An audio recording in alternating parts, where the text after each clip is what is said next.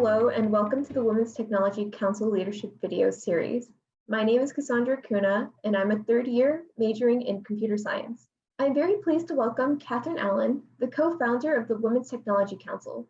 For more than 30 years, she's been an outstanding leader in technology strategy and financial services and a key thought leader in business innovation. Her visions and efforts have shaped technology that are applied all around the world today. Kathrin, welcome and thank you for joining us today. Thank you. I'm glad to be here it was nice to hear a little bit of your background before we started. So you were one of the first to focus on third-party risk management in the financial services, and that prospered new ways to manage risk more effectively and efficiently. So what's your advice to young professionals for being innovative and presenting their ideas in the workplace? I think it's critically important to be intellectually curious. By that I mean is to continually learn. So third-party risk is an example of a new career field, and I feel like it's very important for all of us to stay intellectually curious. And by that I mean always learning, willing to be open to new ideas, new innovations, and thinking about who your end user is and what is it that they need. So the area of third-party risk management is relatively new. It came out of risk management and it came out of outsourcing. More and more companies today, in particular financial institutions, outsource to third parties or fourth parties their data, their decisions, their credit ratings, and certainly information about their customers. And keeping that information safe and secure and making sure that you can rely on the suppliers is part of what third-party risk is about. And it's a new field related to outsourcing. What advice or suggestions could you give to those who are still uncertain about their career path, myself included?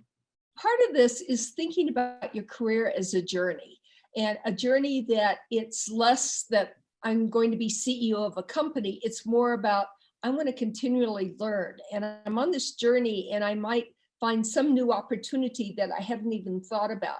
I'll give you an example. I started out in retailing and fashion design because at the time I first went to college, that was one of the few fields that women could rise to the top in. And so I started in retailing, then I was an academic, and then I was a consultant, and then I worked in corporations, and then I was head of a trade association, and then I created my own company, and now I sit on corporate boards as well as being involved in the company. If you'd asked me when I was just starting out, was I going to be CEO or found my own company or sit on corporate boards, I wouldn't have any clue at that time. So I'm just saying be open and don't think that the first job or second or even the fifth job you have has to be the perfect job. It's just part of your learning and part of your journey. I guess that kind of went into my next question, which was, what do you wish you knew at the beginning of your career?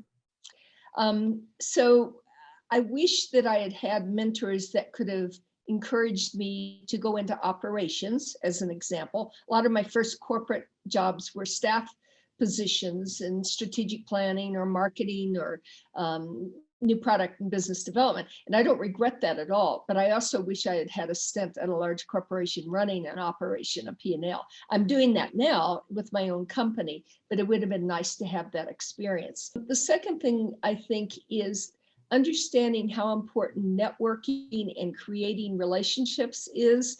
I did when I was in college and my first jobs, but I didn't realize how important it was to maintain those relationships throughout your life, because that person that you might have first worked for in one organization may help you in another. And that happened for me, and I learned this fairly early in my career. I was in retailing at Higbee's in Cleveland. And then I pulled together what we called Apartment 5. And it was like a room, a vignette. I had, a sofa and chairs and tables and things on the wall. That sold out. People would come in and say, I want to buy everything in this room, because they didn't have the imagination how to put it together in their own rooms. So I probably did 25 different vignettes of Apartment 5, each one selling out. So fast forward, the CEO, and I had no idea that the CEO of Higbee's even knew I did this. I knew the general manager did. The CEO went to Washington, D.C. to be at Woodward and Lothrop, and got a hold of me and said, would you like to come to Washington, D.C. and work at Woodward and Lothrop? And I had no idea that he had any combination of that. But what he liked was my innovation in both thinking about the customer and their problems and how you solve that. So anyway, it just shows you that having that relationship and having someone understand how important that relationship is in your future career is really important. And I learned that lesson there. Why do you think mentors are so important for college graduates in their careers? Oh, I can't, it not only is it important for you early in your career and as a college graduate, it's important your entire life. And you have mentors. Let me explain the difference between mentors and sponsors. A mentor is someone you might have this mentor about, I don't know, personal issues in your life, or another mentor might be about your career, or you might have a mentor to learn some new skill set. And they're people that there's reciprocity. Like I mentor a number of young people, but I learned from them about social media or about what they're thinking or how they value experiences over an item. And I'll come back and tell you a story on that in a minute. Sponsors are people that they may be your boss, or there's someone who actually actively opens a door for you or makes a recommendation for you. And you need both. So the sponsor may be someone that has seen you in action because you worked for them, or you sit on a board or a nonprofit committee with them, and they actively will try to help you find another job, be nominated to be on a board or something like that.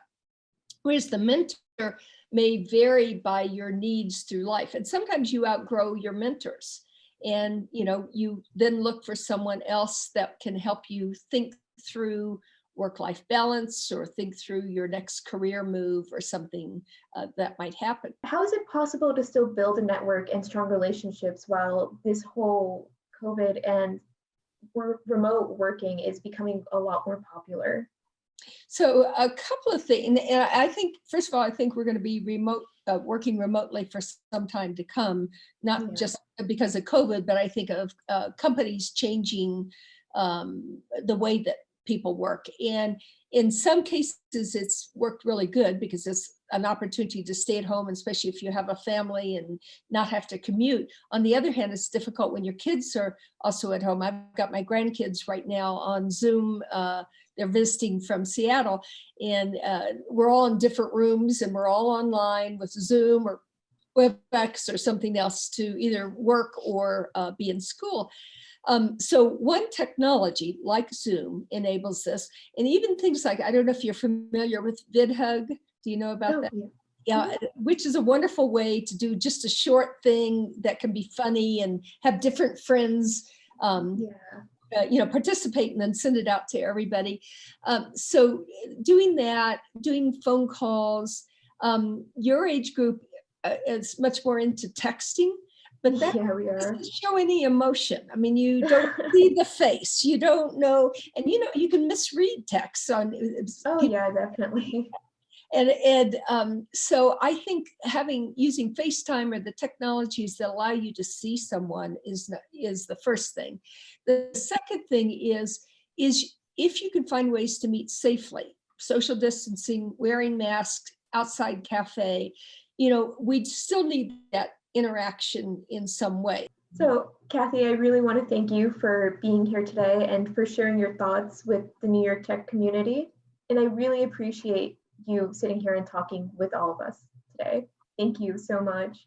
Well, I've enjoyed it, and again, I've got a lot of passion around NYIT and about our Women Technology Council. So lots more to come.